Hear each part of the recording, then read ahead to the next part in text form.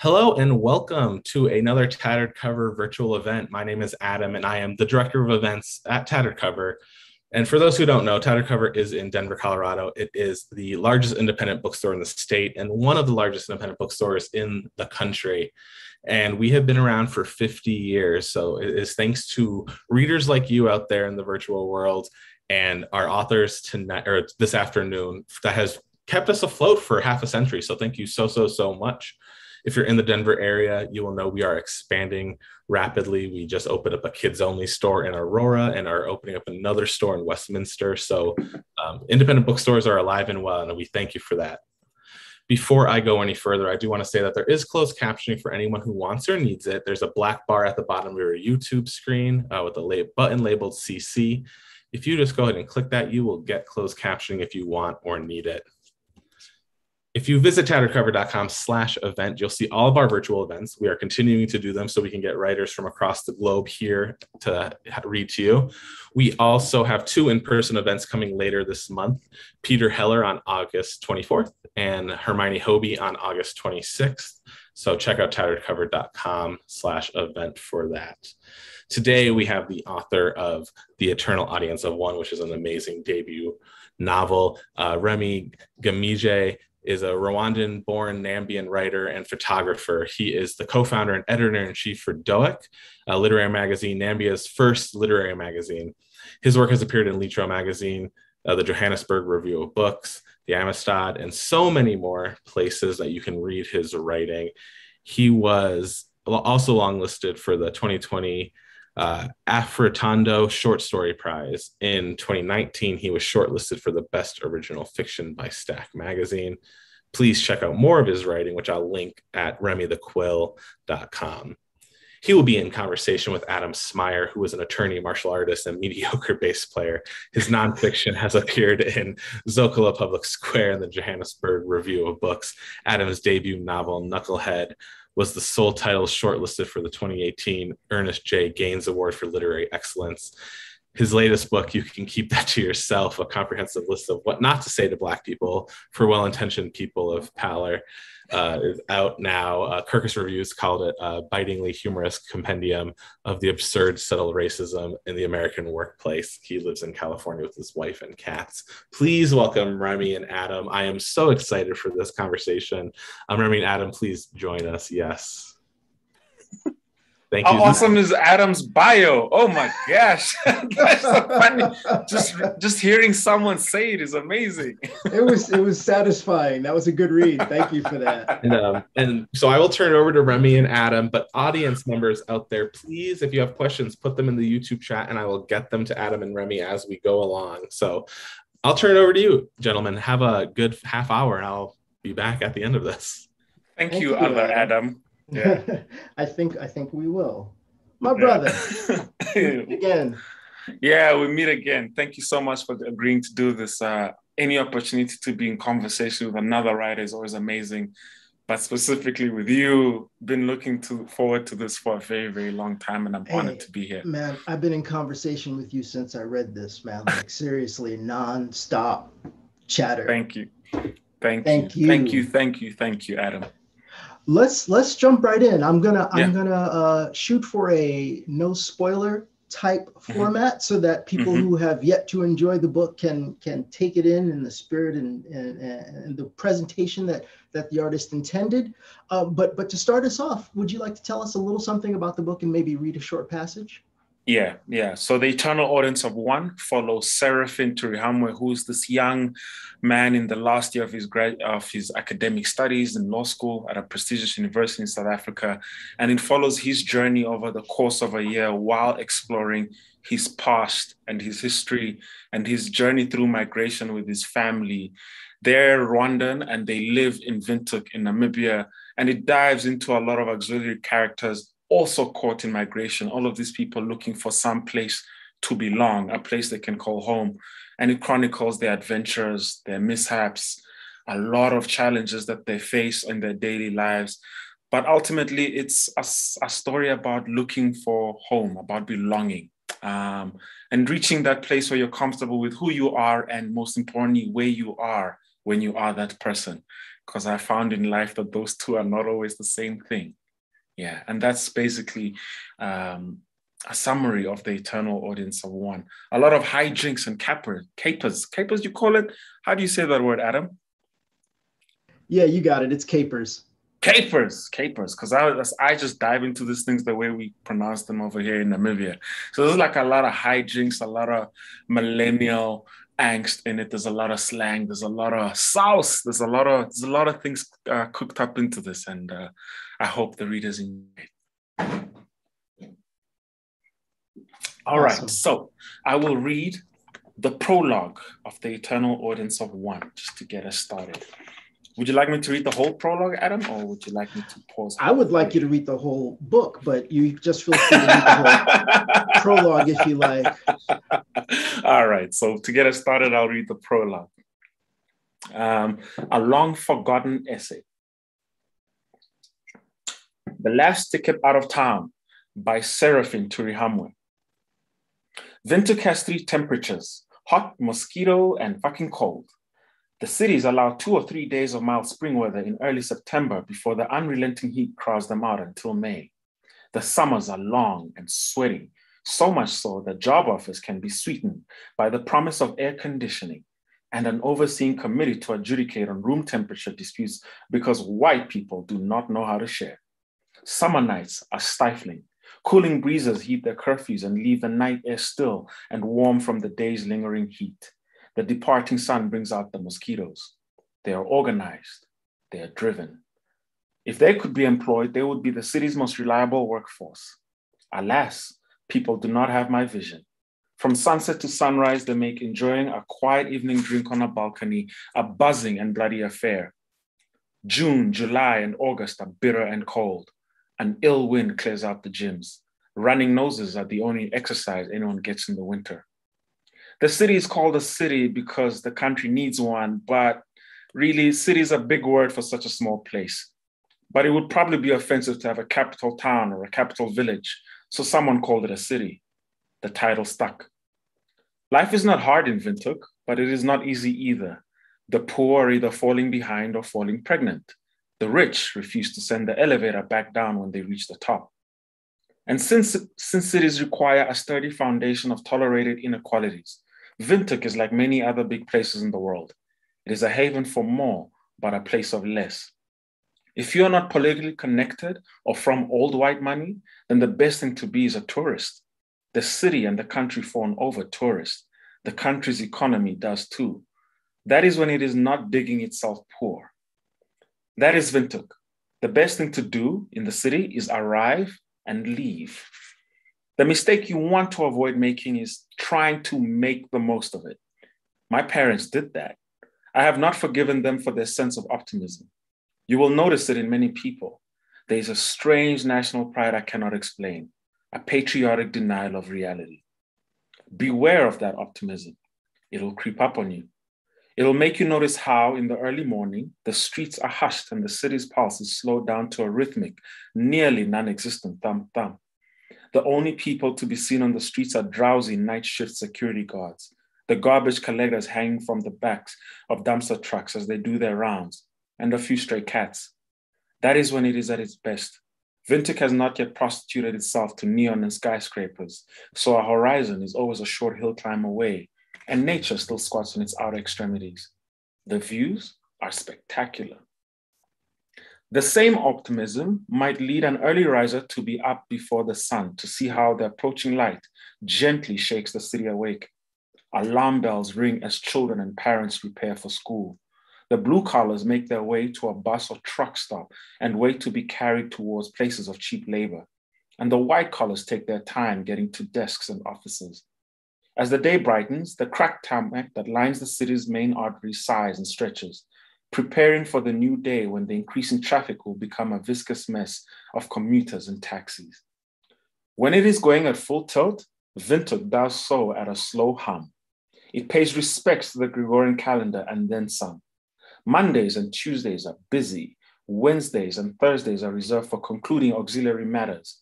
On Fridays, everything shuts down with the firm understanding that the weekend is in session and nothing and nobody should have set the established order of things. The city has strict boredom and business hours, and it keeps them. The autumn days after the high summer are the best. The skies are fire with an intense passion.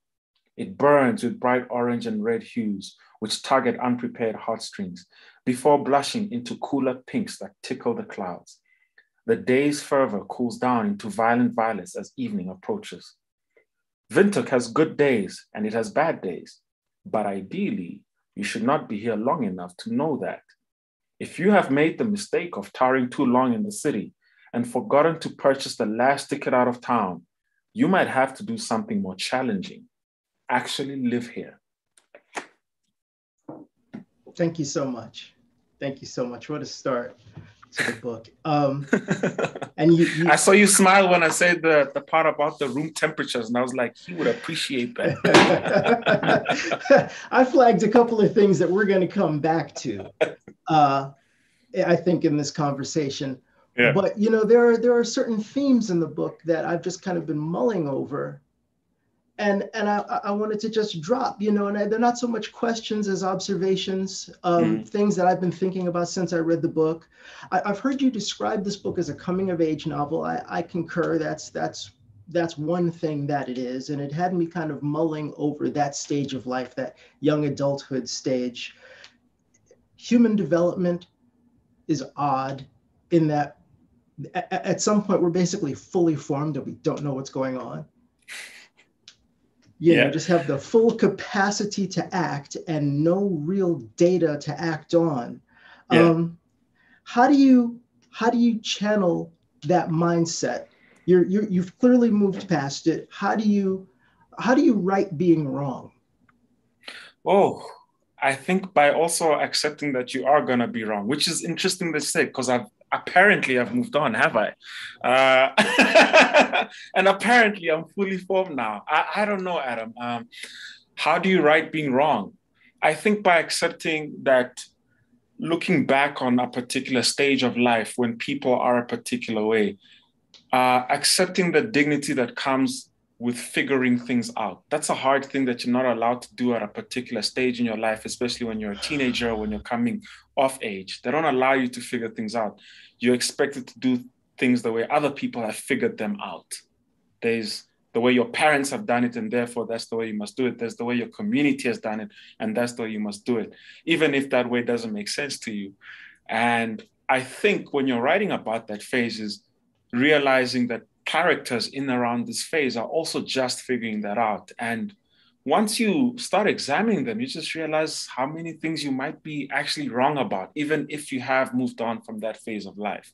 I mean, I'm in my early 30s and I don't know what I'm doing, Adam. I don't know what I'm doing. I'm hoping that someone has the answers or that you have a crib sheet that you're going to slide me and tell me, dude, here are the answers. But and I think bringing that sense of, I don't know, let's figuring out together might be the best way to write something like this for me. I don't know how do you do it? You know, there have been a couple of bright lines for me. It is a continuum. It is a single path.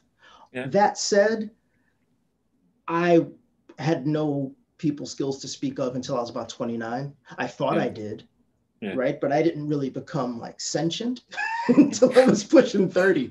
So it was, and then there was that, there was a period of regret for me because, you know, I was, every time I learned something, I felt bad I didn't know it already. Yeah. You know, so it's almost like sitting in a car facing backwards, just looking at everything that's gone by and having opinions about it, but it's gone. And at some point, in the last few years, I kind of got tired of that. And I've just turned it around and now I'm just going forward. And I think the stakes are lower because I do have a certain quantum of empathy and wisdom now. So I make fewer mistakes and I make less drastic mistakes. So it's not quite the, you know, driving a Ferrari experience. Blindfolded. Life.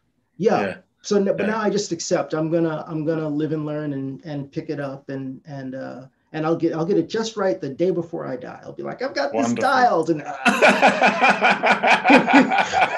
wonderful. There's something you said earlier about coming of age. It's something that I've always wondered what that means. I mean, if you're 45 and you turn 50, is that also still coming of age? I mean, it's something yes, it's a no, weird thing. Right? Yeah. I heard on NPR or someplace a study where they polled people of different ages, all like the whole spectrum of the human lifespan, and asked them, how much more they knew now than they did, say, 20 years earlier, and how much more they were going to learn in the next 20 years. And people greatly underestimated the amount they had to learn going forward at every age. Like 20-year-olds thought 40-year-olds were basically them, and 40-year-olds thought 60-year-olds were basically them. But when they look back, they were like, oh, I didn't know a damn thing. So if that's what it is, I didn't make the rules. I didn't invent this. This is Earth is weird, right? If we can just stipulate that Earth is weird, then that's just part of it. Indeed. Yeah, well said. You mentioned family. And that was another thing. I actually woke up thinking about this, and I woke up trying to reconcile two seemingly contradictory thoughts. The first, isn't the weight of family expectation something of an illusion?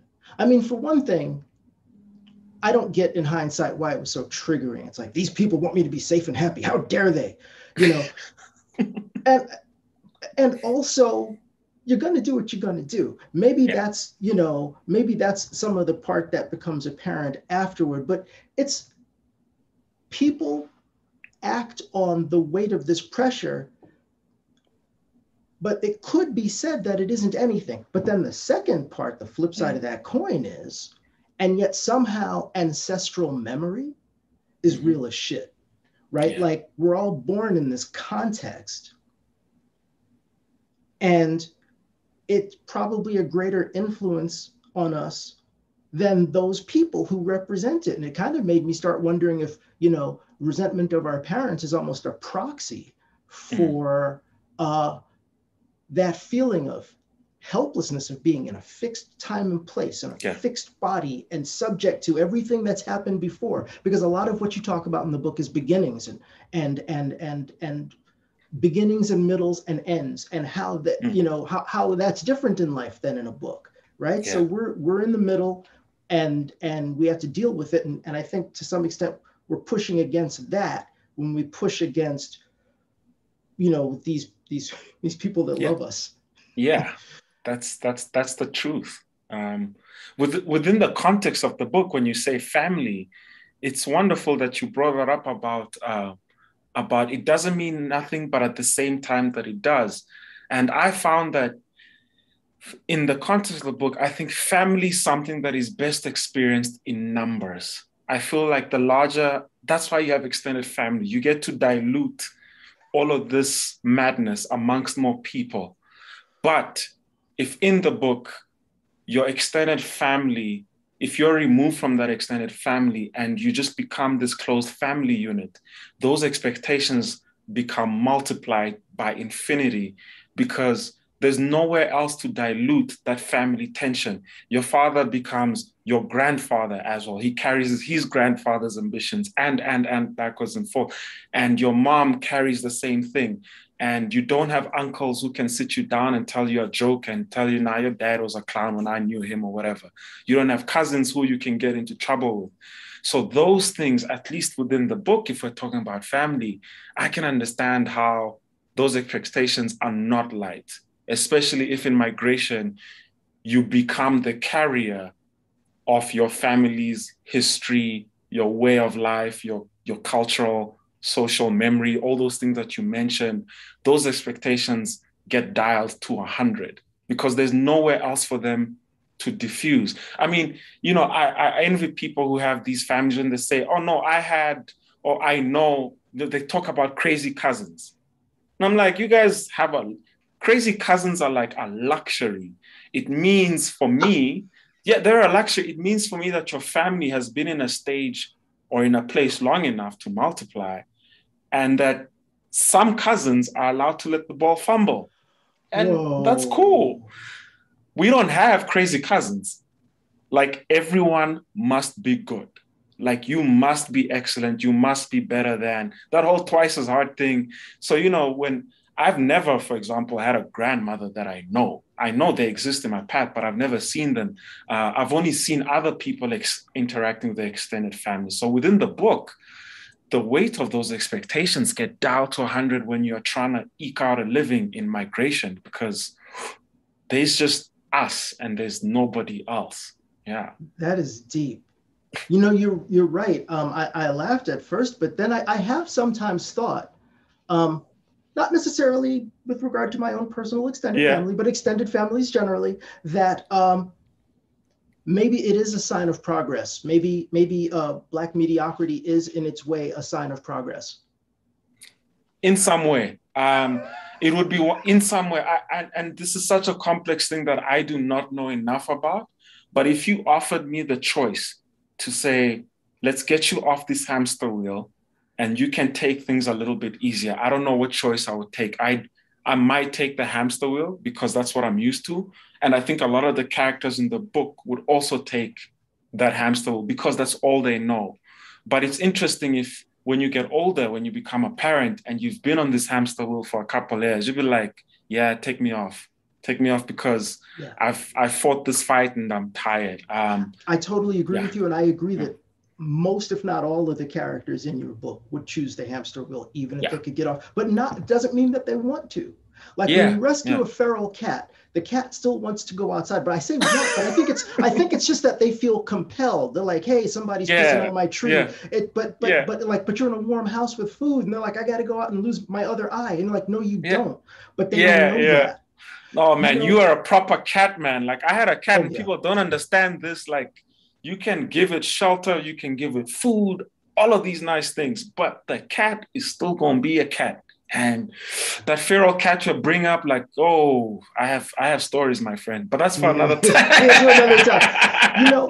And one of the lines that really started to get me into the book was I'm paraphrasing, but every immigrant's living room is a shrine to the obstacles that have been overcome between like them and a normal life. Like there's somebody just smiling in front of a jet ski and people are like, And I have to thank you. I have to thank you for a story about migration that I could fully appreciate because in America, many, if not most, if not all, immigrant stories, migratory stories contain a certain level of anti-Blackness, of anti-American Black. There's always something. Isabel Wilkerson writes about it in Caste. There's a certain jockeying when people get here. Yeah. They know they're on top of me. So then their struggle, okay, well, good, I'm over him, so now I need to keep striving. This kind of off-putting when you're trying to enjoy, a story about someone else's experience. So it was really something to read so many of the elements and so many of the dynamics that I've picked up through osmosis over the years, completely within Africa. Yeah. What you touched on is so deep because every foreigner, every Black African foreigner who finds themselves in another country in Africa knows exactly where they are on the social hierarchy. It's something that you cannot avoid. So in Namibia, if you are Black and you're foreign, like you from the United States, you will be at the apex because of American passport. You go down that ladder, you find all of the other, for example, African nationalities. And there's a hierarchy that's not spoken about, but we know it exists. So if you're from a war-torn country, you're very low down the rate. If you're from Nigeria, you're further down. If you're from Zambia, Zimbabwe, Angola, right at the bottom. Like in Namibia, at least, is what I'm talking about. And I know this context exists also in South Africa because there's another hierarchy that you then have to navigate. All of those things about anti-Blackness, it's weird because we practice that over here, but not necessarily with Blackness, but it's like a fight for nationality because you don't want to be that person on the bus with the foreign passport that's going to hold up the entire trip at customs for 2 hours while they rummage through your underwear to see if you have, I don't know what. You don't want to be that. I remember in the novel, it's such a big thing, but this is tangible, verifiable fact. You don't want to be on a Cape Town bound bus, and you are like the foreigner, you're Zambian or Angolan. The border control is going to be a nightmare for you, and there's nothing you can do about it because you know everybody else in the bus knows, and like it's always like this weird moment when you realize when they read out the passenger manifest. And you're like, you hear Namibian, and then you hear Rwandan, and you're like, oh, I'm the only one. And then you're Zambian. And there's this little thing inside you that says, there's somebody worse off than me. And that's a feeling that's very hard to explain to people, because you know they're gonna look at your passport weird, and you know your luggage is gonna be treated weird, but you also know, the Zimbabwean, the Angolan, the Nigerian, it's gonna be hard. And then again, when you say about the living rooms, this is something that I saw that was different in like a lot of people's living rooms. Like, you have that textbook mantelpiece where there's like the 5 pieces of photographs and whatnot. And then there's like a vase in the corner. I've noticed this about immigrants. Their walls are plastered with memories. And literally, it's like, these are the things we survived to make it here. This is us in 1976. This is us in 82. This is us in 94. And you're like, you can literally trace back. It's like it's like a museum of the things they've survived and how far they've made it. And I thought that was weird when I was young, but now I respect it a lot more, because migration isn't easy. As I've learned, as I've grown up, it is not easy. And so for people to hoard memories and to hoard achievements, have certificates framed ad nauseum, that is like people trying to hang on to some semblance of themselves or their past and keep it, because those things are easily lost in migration. Yeah. And you have to recharge. That's where you go to just turn around and go back out and do it again. So you got to remind yourself. You need reflections. And reminders. Yeah, I mean, but that anti-blackness thing you brought up is something that's very real and very finite, because we know, and it's a scary thing to be aware of. There's a point where you don't know what it is about, and then there's a stage where you do know. And I think once you come to that consciousness, that's when it becomes really scary. When you realize, I have to fight all of these levels within blackness before I can take on whiteness. It's like you, like level 1 has like the most hectic end level boss, and you're like, but this is just level 1. You thought you were done. You thought you won. And then the music starts, the don, don, don. And it was sobering. It was sobering that there was even a whiff of that, in Cape Town, because my experience in Cape Town was charmed. I got I got a little whiff of what you were talking about in terms of the hierarchy when 2 people with 2 of the most beautiful accents I'd ever heard told me I sounded exotic. I was like, I'm never leaving. But,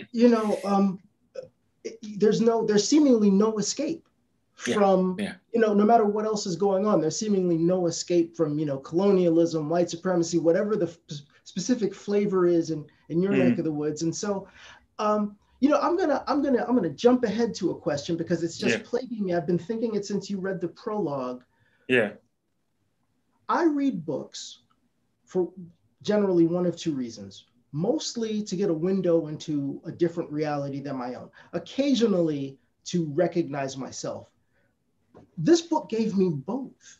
Like, I did not expect that. I was like, okay, good. I'm gonna like dig a whole other scene. But from the prologue, I grew up in New York. So much of this about Windhoek could apply to New York. I mean, yes, it has given way to neon and skyscrapers, but the feel of almost all the rest of it was crazy. And that feeling persisted through the book. And so I'm going to put you on the spot and ask and kind of jump to a question about craft.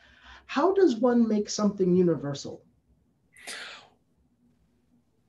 Somebody asked me this a long time ago, and I did not have the exact idea, But now I can tell you, Adam, I think the universal aspect of writing comes from being oxymoronically, intensely local. Because I think once you get to that local level, once you're not writing about New Yorkers, you're writing about Adam, and Adam has these struggles, you realize very quickly from the characters, the people you interact with in literature, that there are other Adams.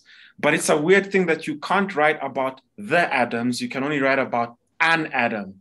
And the more you gaze at this character and you go into the nuance of their life, the more likely that is to be universal. More people seem to come out of the woodworks, and I'm like, I've always had this problem, and this is suddenly a universal theme. But you can only realize that thing when you magnify and when you dive in and you go in intensely into one character or one setting and that kind of thing. It's weird that you say that some of these things translate to New York. I could not have anticipated that because I've never been to New York. Everything that I've read from New York, Colson's Whitehead, what's that, the Colossus of New York? Oh man, everything just says this place is amazing, it's big. Obviously there's a struggle. Obviously there's some things wrong with every place. But for me, it doesn't seem to translate as like you can't, Windhoek and New York are like light years apart. But perhaps the challenges you face with belonging, that's such a personal and intensely local feeling that can be amplified any place that you go. So I have read some wonderful essays from New Yorkers about how lonely they feel in the biggest metropolitan city in the world. And for me, it's like weird. How can you feel like how I feel in Windhoek? I think that the universality of literature comes from like its intense personal nature. Like I've never met Darcy from Jane Austen's novel. I've never met the Hobbits. I've never met a lot of characters from literature, but their small, intense doings in their daily lives, those things resonate with me like quite a lot. And I think maybe that's where the universal aspect comes from. Does that make sense? I'm really glad I gave you the opportunity to take another swing at that question, because you came correct this time. No, man, New York is a small town. It's crazy. Yeah. I know people who haven't spoken to each other because of something that happened 40 years ago. Like they're my age and they're still mad about something happened in second grade. Wow.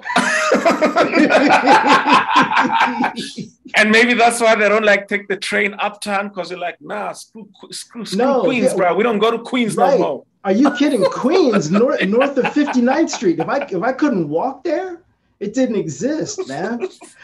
Okay, back to the book. Our hero, Seraphin.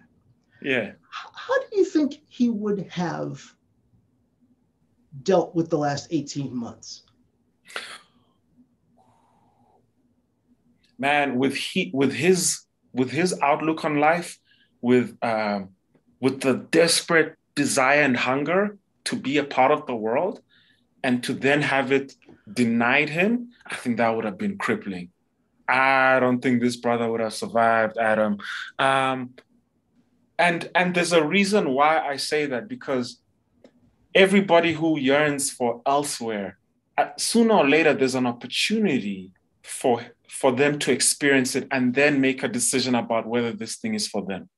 But when you're denied that thing, and in respects, I think that's some of what he's going through. That's where some of his quirks come through.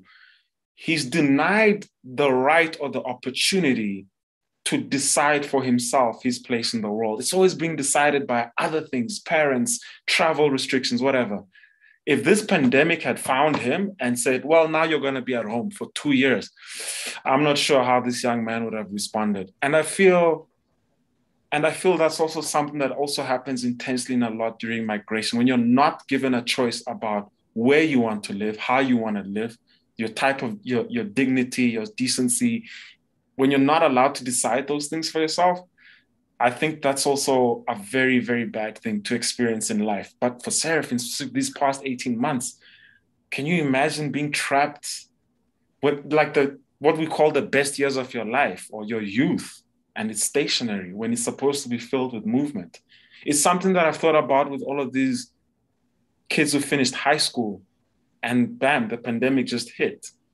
You're supposed to graduate and go to university or college or have these 3 years of your life that are supposed to be crazy and wild and fun and whatever. If you have with a caveat that if you have the enough privilege to participate in that world. But regardless of that privilege, COVID said, nope, you're all gonna be live streaming Netflix together for 2 years.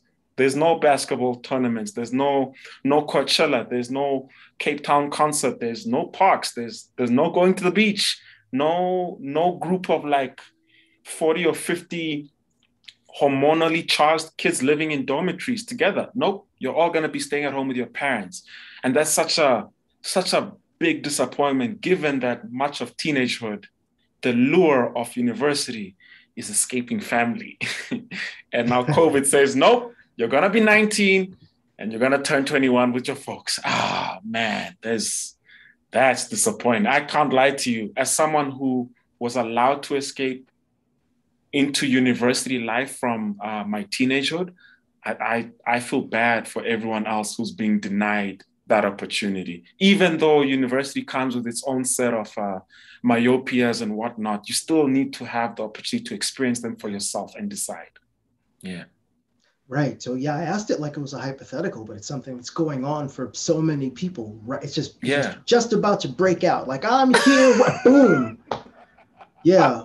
It's so disappointing. And that's why I just hope we can find a solution as quickly as possible, because even if it's not what you call it, even if it's not 100% solution, something to get you to the light at the end of the tunnel. Just staying still isn't an option. And I think it's dangerous. I think people are waiting to live their lives, and to be forced to put it on pause sucks. And that's also another thing about migration.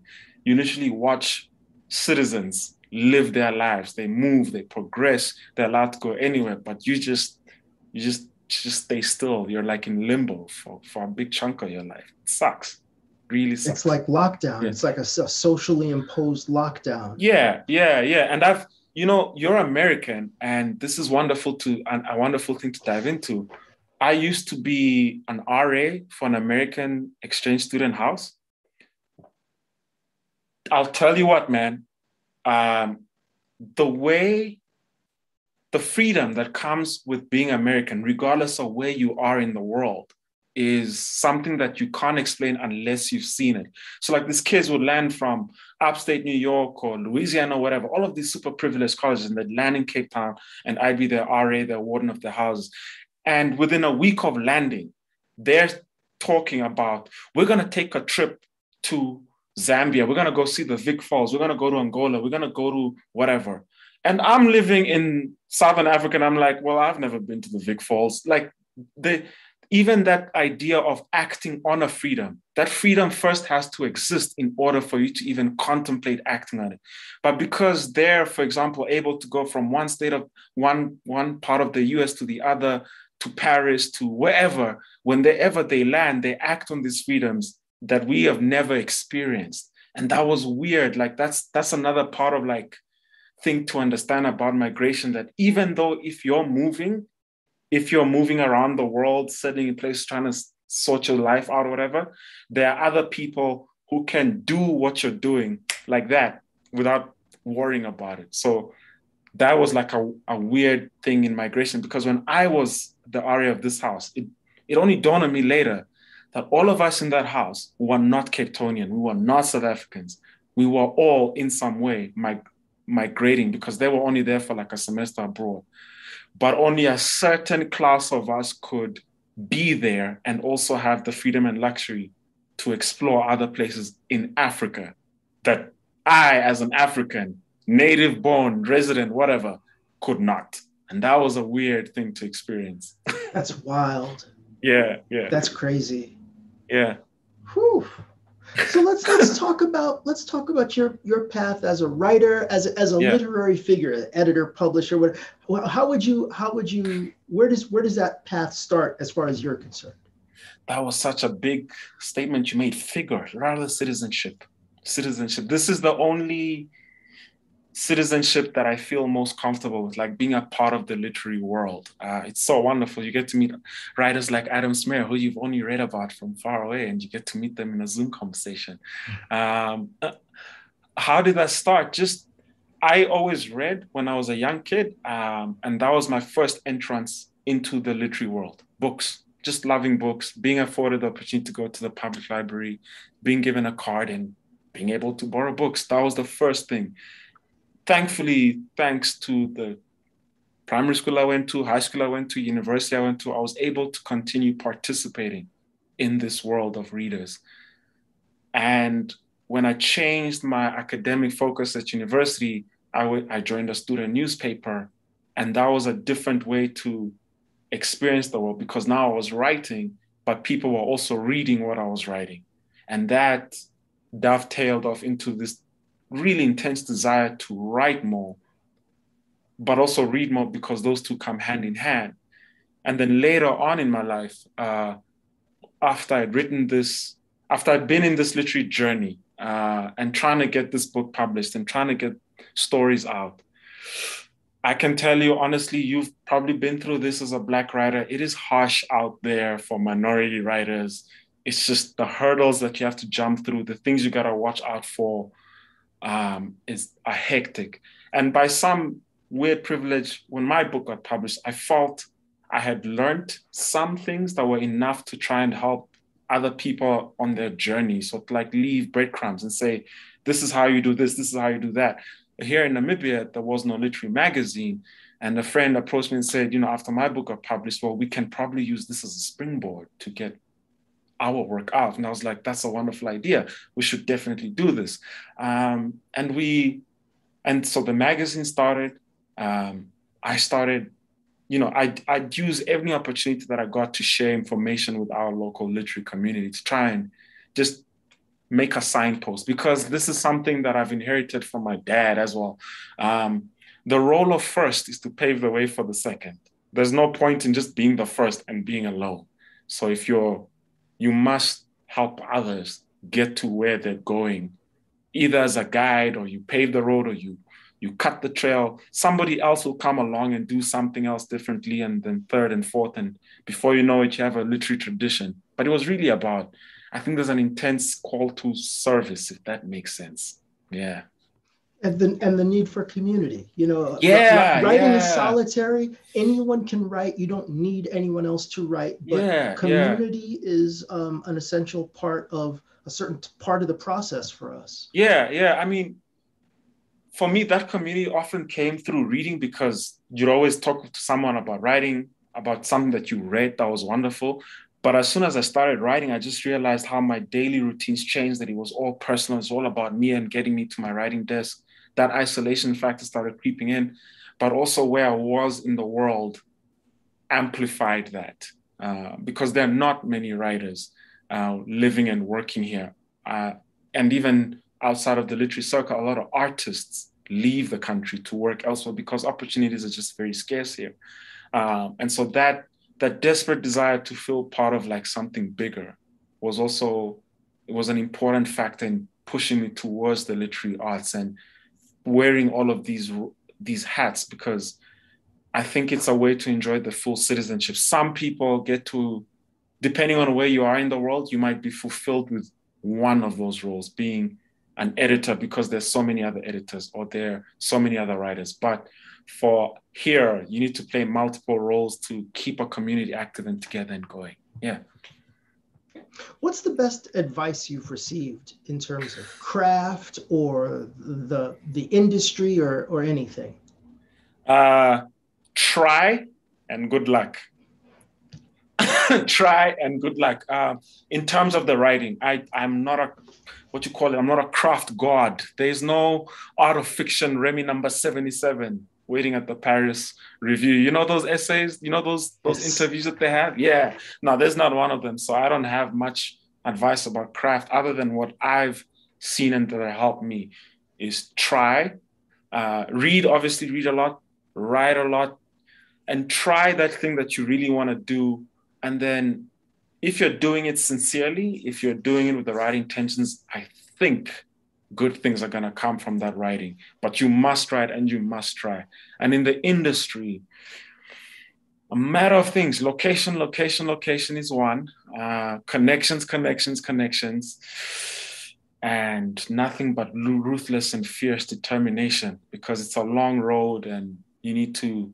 Oh, most important with regards to the industry, I think for me personally, something I've realized in the last couple of days, weeks, and months is to define your own barometer for success and fulfillment. You don't want that to get waylaid and sidetracked by things that are not within your control. So find fulfillment in your writing, find fulfillment in a full stop. Like, I've written this sentence that, because a lot of things are just out of your control, man. Yeah. That's a lot. I concur with a lot of that. I hope that was helpful to somebody, because yeah, there's a lot to unpack. What do you listen to when you write? What music? Because music is a huge part of the book, which I appreciated. Yeah. When you write, is there a playlist for when you write? Nah, not when I write. I find that when I write, it's such an intense process. You're thinking about words and sentences, and you're juggling so much. Music is, in that moment, a distraction, because I can't. Let me put it this way: anything that I'm writing definitely doesn't compare to the things that I'm listening to. And when given a chance to either be playing Prince and jamming along to Prince, or writing whatever I'm working, 9 times out of 10, I'm going to choose Prince. Like, it just is what it is. Yes. But I've figured out a way that before writing, I get all my music in. I listen to a lot of things that enrich me, or that put me on the right track to the thing that I'm supposed to be writing. And then afterwards, if I've written a story or like a chapter or something, it's always useful for me to go back and think about a scene. And if I can think of, for example, a playlist for it, then you've got something, and you've got a story, then you can, this is where Hans Zimmer would do this thing with the score, and like, oh, this is cool. Then you've got a story, sort of. But when I'm writing, no music, because I need to focus, and music is, it's opium, man. Like, it'll distract. For me, I know other writers can do it, but music is an art form that I listen purely by itself. When it's music time, and that's all I'm doing. Yeah. But I knew that it played some sort of role, not even just because substantively the music in it, but the musicality of the book. Like, it's all, the genres they're not bright lines. Yeah. You know, and it all kind of was. I personally, when I was writing Knucklehead, I developed a playlist that captured the moods I was going for in rough order. Yeah. And by the end, I ended up, I almost used it as like to induce a trance. Like, I put on the playlist, and that meant I was writing. Yeah. It was really, that is so cool. And the first, I mentioned King's X to you. The first song of that playlist was a song called "What I Know About Love" by King's X. And to me, that if Knucklehead were a movie, that would be what they played during the opening credits. It's like the whole thing just, I think we're almost out of time. Do we have time for, can you tell us a little something about the title, and then we'll move on to. Yeah, the Eternal Audience of One. The line comes from an essay I wrote about writing, how to explain. I wrote this essay on my website called Write, about why you must write, not why you must write, about if you're writing, the reasons why you want to continue. And in it, I said, when you write, try and be sincere as possible, because no one will know the truth, but the eternal audience of one is always watching. They will be the only ones who know what is true and what is not. In a way, that's very true, because that also answers that question about how much of this is autobiographical. Only the writer knows, and then even then, do they really? But really, once I was writing this manuscript, and when I was developing the character Seraphine is moving through the plots, I didn't have a title. And then randomly one night, I read this essay again, and then I was like, the eternal audience of one, and it struck. And I put it on the first page of the paper, and it made sense. And then in a way, it informs the novel beautifully, because Seraphine is going through all of these roles, things that he performs, sometimes consciously, sometimes unconsciously. And I'm always drawn to that image of like the Shakespearean quote, like all the world's a stage upon which we're merely players. And if you think it's a stage, who's the audience and who's watching this show? And in Seraphine's case, you know, with all the weirdness that happens in his life and the role, the things he puts himself, the consequence, not the consequence, the situations he puts himself in, his family, his friends, Cape Town, Brussels, Paris. Who's watching all of this? If all the world is a stage, who's watching this? And it just goes back to that idea of like, when does a story start? When you start watching it, or has it always been playing all the while? It's just a weird existential thing that I'm still figuring out, because I don't know where stories start and where they come from. Is it like when you play the movie, or when the movie was made, or when the script was written? Wonderful stuff. Like and I'm not nearly wise enough to even answer these things. It's just questions that I have. Yeah. Thank you for that. Definitely. Thank you both so much. I stop these like 10 minutes ago, but your conversation was just so amazing. Like, let's just keep it going. And so we're running out of time, but there's one question I'm sorry if you got to it and I just missed it. Back when you were speaking of the hamster wheel, Mark asked, did you feel pressure ever from family and how did they support you? What was it like for you? Like, do they believe in you? Is writing something that they thought you would do? So the hamster wheel exists for everybody in some way. There was intense pressure to succeed, not only for me specifically, but for my siblings and for everyone in our demographic. There was intense pressure to succeed. You had to be the best. We attended like a high school where like being average was seriously frowned upon, but also in our family environment, it was not frowned upon because it was understood that education was one of these things that could move us closer to stability in our lives. Did my parents support me every step of the way, but not with writing? By that, I mean, they had, as many immigrant parents would, different ambitions, doctor, lawyer, engineer, architect, someone in finance, someone in economics, all of these things that to them and to our setting meant stability in our local community. It meant those things, those came with jobs, came with financial stability, and you could build a life in your community with those things. When I changed to writing, they never stopped supporting. They were just like, are you sure? Are you certain this is what you want to do? Because, so it wasn't lack of support, it was more questioning. And now that I'm older, it was parental fear. Like they just want their child to be all right and to do well and to find a vocation that gives them security in this world. That's what they really wanted. That was what was behind the questions. Now they understand why I went through what I went through, all the struggles and everything, because they can see a physical product. Like, this is what I wanted to do. This is what it was all about. And they see, even though they don't understand the rest of the journey, they understand and appreciate my commitment to it. And that's like it's a weird relationship, because now they're like, the respect. They're just like, nah, you do you. Just we'll be here with the pom-poms when you need us. And that's a wonderful thing to witness. It wasn't always there, but now it's also, maybe if you're a parent, there's a stage where you just need to accept that your kid probably knows better and he's going to do what they're going to do, and just stay back and whatever. It might have taken a while for me with my career, but now that we're here, it's wonderful to witness. Yeah. Amazing. Thank you both so much, Adam and Rémy. Where can we find you on the internet? That is always, we're virtual. Where should we follow you all? Adam is on Twitter as Adam_Smyer. He tweets the coolest and most awesomest things. He's got the most wonderful views on life. He's got such insider jokes that you read and you're like, haha, and then the next day you wake up, you're like, wait, and then the next day you're like, haha, again. It's wonderful. I'm Rémy the Quill on Twitter. My website is the same thing as my Twitter handle, RémyTheQuill.com, and the book is available on Amazon and all fine bookstores like Tattered Cover, all the way in Denver in Colorado. Definitely, yeah. Here's our book in Denver, Colorado. It's Thank you. here. It made it all the way over here. Thank you both so much. Again, you can find us at tiredrecover.com. We have many events coming up.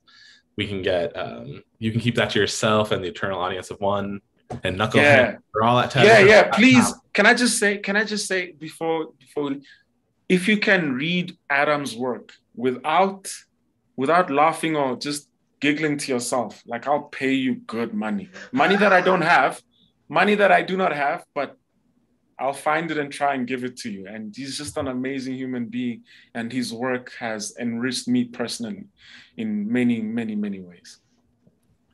Terrific. Well, everyone have a great day and evening, and wherever you are in the world, thank you for joining us tonight. Thanks, everybody. Thank you, Adam. Thank you, Adam. Thank you, Adam and Rémy. Yes, thank you all. All right. Thank you. We are no longer